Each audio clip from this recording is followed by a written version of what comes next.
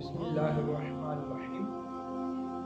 وضو توڑنے والی چیزوں کا بیان۔ نمبر 1، بہانا، پیشاب، ودی، مزی، منی، کیڑا، پتھری مرد یا عورت کے آگے یا پیچھے سے نکلے وضو جاتا رہے۔ نمبر 2، اگر مرد کا ختنہ نہیں ہوا اور سوراخ سے ان چیزوں میں سے کوئی چیز نکلی مگر ابھی ختنہ کی کھال کے اندر ہی ہے، جب بھی وضو ٹوٹ جائے گا۔ نمبر 3، یوں ہی عورت کے سوراخ سے نکلی ابھی اوپر والی کھال کے اندر ہی ہے، جب بھی وضو جاتا رہے گا، اس کا وضو ٹوٹ جائے گا۔ عورت کے آگے سے جو خالص رطوبت بے آمیزش یعنی خون کی آمیزش کے بغیر نکلتی ہے، ناقص سے وضو نہیں۔ اگر کپڑے میں لگ جائے تو کپڑا پاک ہے۔ نمبر 5، مرد یا عورت کے پیچھے سے ہوا خارج ہوئی، وضو جاتا رہے۔ نمبر 6، مرد یا عورت کے آگے سے ہوا نکلی یا پیٹ میں ایسا زخم ہو گیا کہ جھلی تک پہنچا، اس سے ہوا نکلی تو وضو نہیں جائے گا۔ نمبر 7، عورت کے دونوں مقام پردہ پھٹ کر ایک ہو گئے۔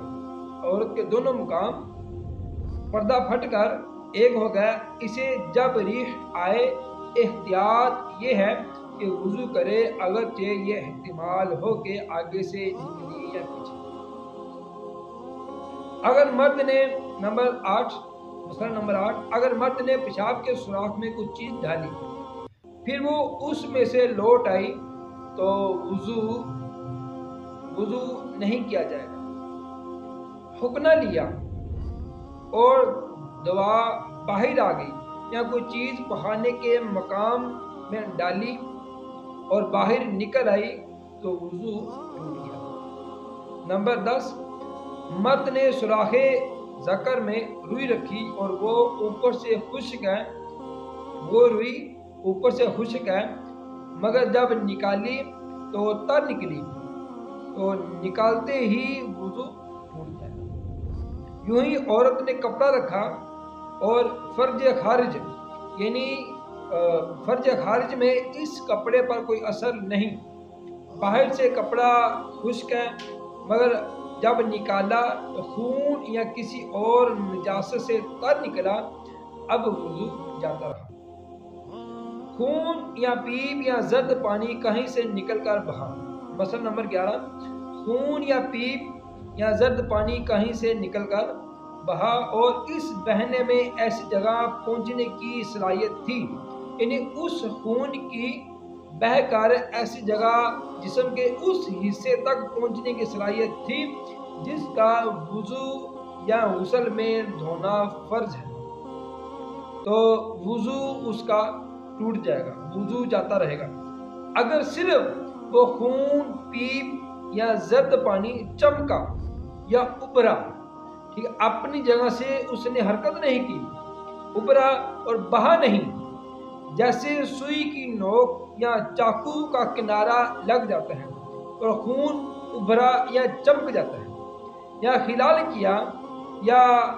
کیا یا مسواک کی یا انگلی سے دانت مانجے یا دانتوں سے کوئی چیز کاٹی، اس پر خون کا اثر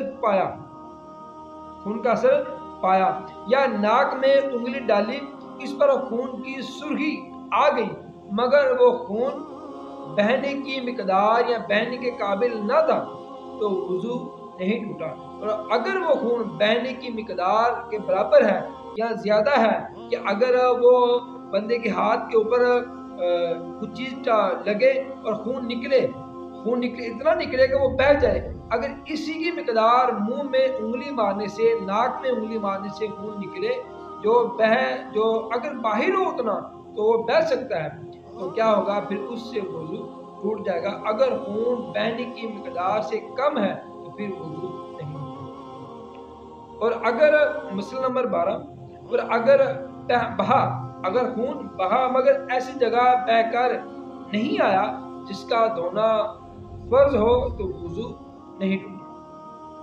مثلا آنکھ میں دانا تھا اور ٹوٹ کر آنکھ کے اندر ہی پھیل گیا، باہر نہیں نکلا، یا کان کے اندر دانا ٹوٹا اور اس کا پانی سوراخ سے باہر نہ نکلا، تو ان دونوں صورتوں میں وضو باقی رہے گا، یعنی وضو ٹھیک رہے گا، وضو ٹوٹے گا نہیں۔ نمبر 13، زخم میں گڑ پڑ گیا اور اس میں سے کوئی رطوبت چمکی، جسے ریشہ کہتے ہیں، کوئی رطوبت چمکی مگر بہی نہیں، مگر وہ رطوبت بہی نہیں تو وضو نہیں ٹوٹا۔ نمبر 14، زخم سے خون وغیرہ نکلتا رہا اور یہ بار بار پونچھتا رہا، بہنے کی نوبت نہ آئی تو غور کرے، اگر نہ پونچھتا تو بہہ جاتا یا نہیں، اگر تو وہ خون جو اس نے بار بار نکلا اور وہ پونچھتا رہا، تو اگر وہ نہ پونچھتا تو وہ خون بہہ سکتا تھا، تو اس سے وضو ٹوٹ جائے گا، اس سے وضو جاتا رہے گا۔ اور اگر وہ سارا خون جو اس نے پونجا، اگر وہ سارے کا سارا خون نہ بہتا، یہ بہنے کی مقدار میں نہیں تھا، تو پھر وہ وضو نہیں ٹوٹے۔ کہتے ہیں اگرچہ ایسا ہو کہ نہ نچوڑتا تو نہ بہتا، جب بھی وضو جاتا رہا۔ آنکھ، کان، ناف، پستان وغیرہ میں دانا یا ناسور یا کوئی بیماری ہو، ان وجوہ سے جو آنسو یا پانی بہے وضو توڑ دے گا۔ نمبر 17، زخم یا ناک یا کان یا منہ سے کیڑا یا زخم سے کوئی گوشت کا ٹکڑا جس پر خون یا پیپ کوئی نجس رطوبت قابل سیلان نہ تھی، قابل سیلان یعنی وہ بہنے کے قابل نہ تھی، تو کٹ کر گرا، وضو نہیں ٹوٹا۔ کان میں تیل ڈالا تھا، ایک دن بعد کان یا ناک سے نکلا، وضو نہ جائے گا۔ یوں ہی اگر منہ سے نکلا جب بھی ناقص نہیں، یعنی کہ اس سے وضو نہیں جائے گا۔ ہاں اگر یہ معلوم ہو کہ دماغ سے اتر کر معدے میں گیا اور معدے سے آیا ہے تو وضو ٹوٹ گیا۔ نمبر 19، چھالا نوچ ڈالا، اگر اس کا پانی بہہ گیا، اگر اس چھالے کا پانی بہہ گیا وضو جاتا رہا، اگر اس چھالے کا پانی نہیں بہا تو اس کا وضو نہیں۔ منہ سے خون نکلا، اگر تھوک پر غالب ہے، منہ سے خون نکلا، اگر وہ خون تھوک پر غالب ہے تو وضو توڑ دے گا، وہ وضو جاتا رہے گا، اس کا وضو نہیں رہے گا۔ اور اگر خون غالب نہیں تو پھر اس کا وضو نہیں رہے گا۔ غلبے کی شناخت، آگے غلبے کے بارے میں فرماتے ہیں کہ جو تھوک کے اوپر خون غالب ہے یا نہیں۔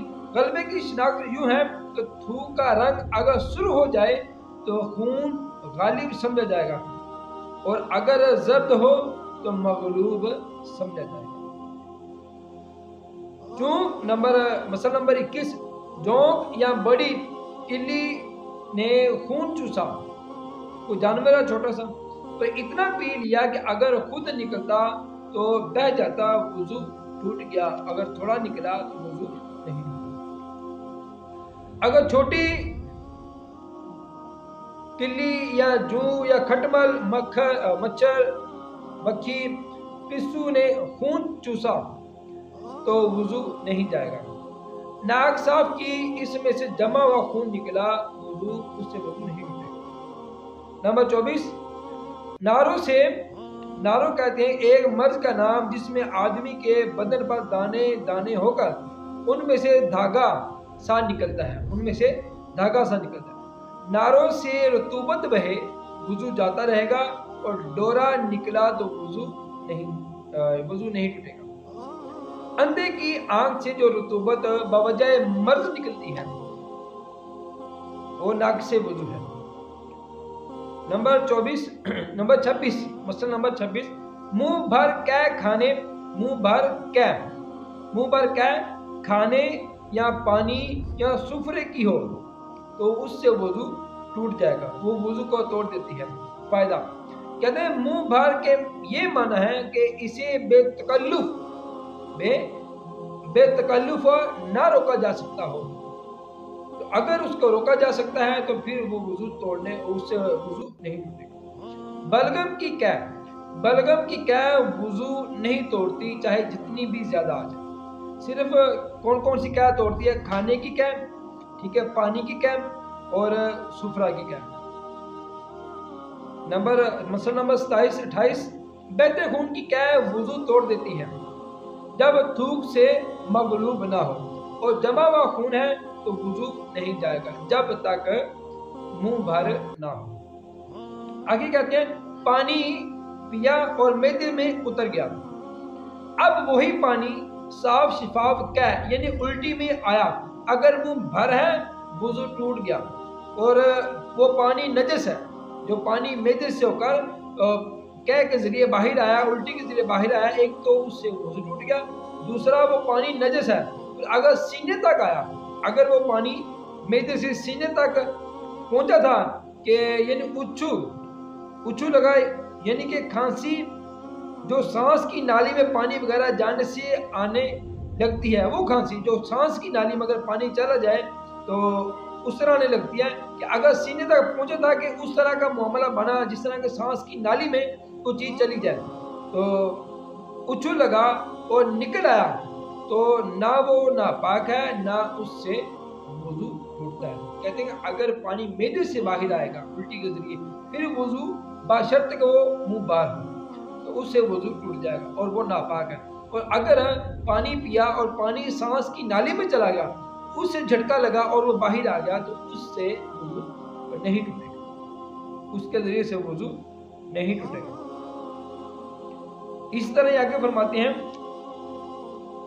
بیمار لیٹ کر نماز پڑھتا تھا، نیند آ گئی تو وضو جاتا رہا۔ اگر کوئی بندہ بیماری کی وجہ سے لیٹ کر نماز پڑھتا ہے تو اس نے وضو کیا، وضو کرنے کے بعد وہ لیٹ گیا، لیٹتے ہی اس سے نیند آ گئی، ٹھیک ہے، اس کا وضو ٹوٹ گیا، وہ دوبارہ وضو کرے۔ مثلا اونگنے یا بیٹھے جھونکے لینے سے وضو نہیں جاتا، نہیں ٹوٹتا۔ جھوم کر بندہ کھڑا تھا، جھوم کر گر پڑا اور فوراً آنکھ کھل گئی، اس کی فوراً آنکھ کھل گئی تو اس کا وضو باقی ہے، وضو اس کا نہیں جاتا۔